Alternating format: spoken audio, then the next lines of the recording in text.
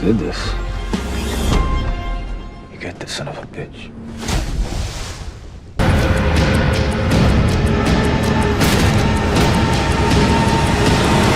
You're born, make choices, and suddenly... If you are looking for something amazing to watch this weekend, but don't want to commit to 7 seasons of a show, you are in the right place. Maybe it's in my blood. My mother went crazy. Went crazy or always was?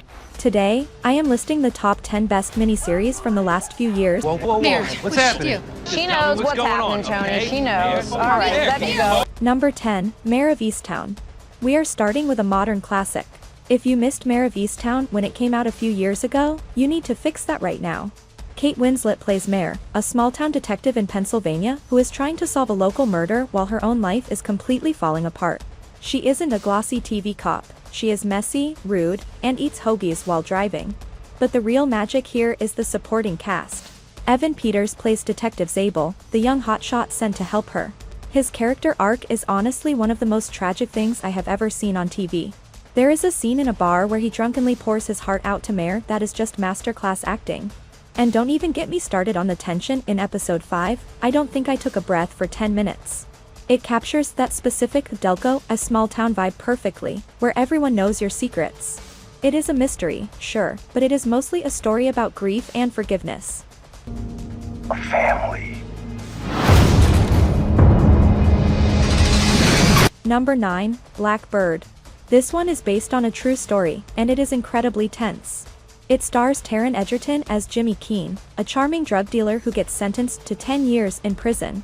But the FBI gives him a once-in-a-lifetime offer: transfer to a maximum security prison for the criminally insane, befriend a suspected serial killer named Larry Hall, and get him to confess where the bodies are buried. Paul Walter Hauser plays Larry, and his performance is terrifying. He uses this high-pitched, soft voice that makes your skin crawl. You never quite know if he is a master manipulator or just a confused guy, and that uncertainty is what drives the show. It also features the late, great Ray Liotta in his final TV role playing Jimmy's dad, which adds this heavy emotional layer to the whole story.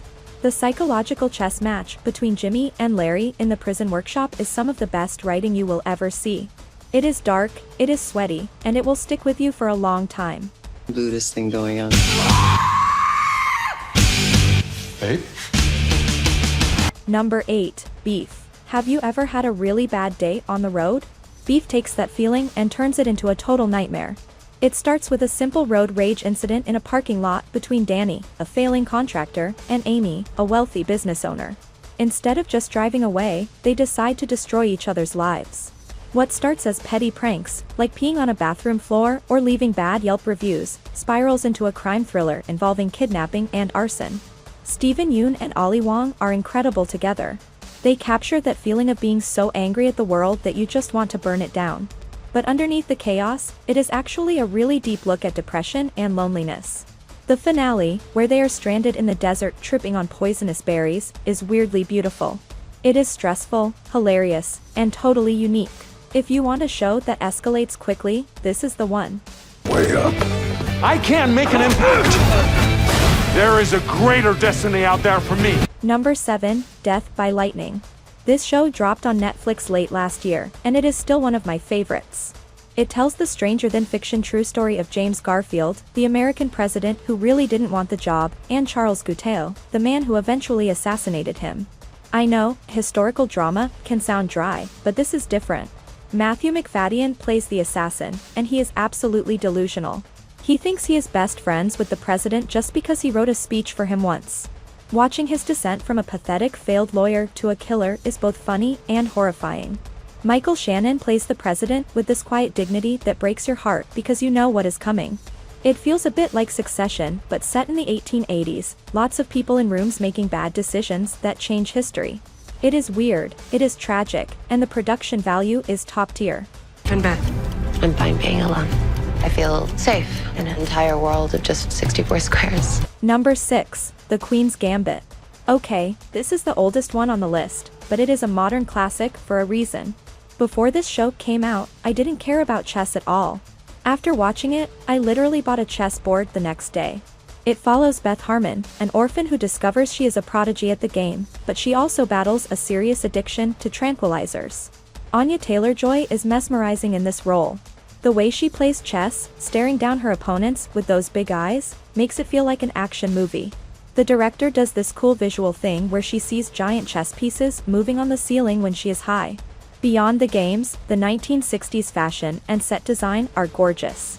It is a satisfying underdog story about a woman dominating a man's world, culminating in a finale in Moscow that makes you want to cheer at the screen. If you somehow missed this cultural phenomenon, go watch it now. What's going on? I'm going to start off with asking you. Do you know a good... Number 5, Adolescence. This British crime drama blew everyone away when it dropped last year. It is about a 13-year-old boy named Jamie who gets arrested for the murder of a classmate named Katie. The premise is sad, but the filmmaking is what makes it revolutionary. Each episode is shot in one single, continuous take. That means no cuts, no edits, no hiding. The camera just follows the characters in real time. It creates this unbearable tension because you feel like you are trapped in the room with them. Stephen Graham plays the father, and watching him try to hold it together while his family falls apart is heartbreaking. You see the confusion in the police station, the panic at home, and the silence in the holding cell. It feels less like a TV show and more like a live play. It is intense and emotional, so maybe don't watch it if you need cheering up, but it is a masterpiece of technical filmmaking. So long to report it. I think she needs help. She comes to my work, my house. She sends me emails like all the time. Number 4, Baby Reindeer. This show went viral for a reason, and it is probably the most uncomfortable thing on this list. It is a true story written by and starring Richard Gadd, the guy it actually happened to. He plays a struggling comedian who offers a free cup of tea to a crying woman in a pub. That one act of kindness turns into a nightmare. She becomes obsessed with him, sending him thousands of emails, all signed, "Sent from my iPhone," even though she doesn't have one, and stalking him outside his house. But what makes Baby Reindeer a masterpiece is that it isn't just about a crazy stalker. It digs into why he liked the attention at first. It explores his own trauma and past abuse in a way that is so raw it hurts to watch. It starts out kind of funny, but by episode 4, it turns into a full-blown psychological horror. It is brave, shocking, and deeply human. Arkham? No. Number 3, The Penguin. If you liked the Batman movie, you owe it to yourself to watch this. Colin Farrell returns as Oz, also known as the Penguin, but he is unrecognizable under all that makeup. This isn't a superhero show with capes and lasers, it is a gritty mob drama about the power vacuum in Gotham City. The real surprise here is Kristen Milioti, who plays Sophia Falcone. She is terrifying and sympathetic all at once, and her war with Oz is the heart of the series. We see Oz not just as a villain, but as a guy with a weirdly close relationship with his mom, trying to prove he is somebody. It feels more like The Sopranos than a comic book show. The streets of Gotham look wet and dirty, the violence is brutal, and the finale has consequences that actually matter. You don't even need to care about Batman to love this, it is just a great crime story. Why do your people have so much hunger to kill? Number 2, American Primeval. Netflix released this western recently, and man, it is brutal. It is set way back in 1857 in the Utah Territory, right in the middle of a conflict between settlers, the Mormon Church, and Native American tribes. It stars Taylor Kitsch as Isaac Reed, a man trying to overcome his past trauma while guiding a wagon train through hell. This isn't the romanticized Wild West with singing cowboys. It shows the freezing cold, the starvation, and the constant violence. Director Peter Berg, who did Lone Survivor, brings that same grit here. You can tell the actors were actually freezing during the shoot, it looks miserable in the best way possible. The action scenes are intense and messy, and it really makes you appreciate how hard it was to survive back then. If you like shows like Yellowstone or 1883, this needs to be next on your list. War is coming. Number 1, Shogun. And finally, the best miniseries you can watch right now is Shogun.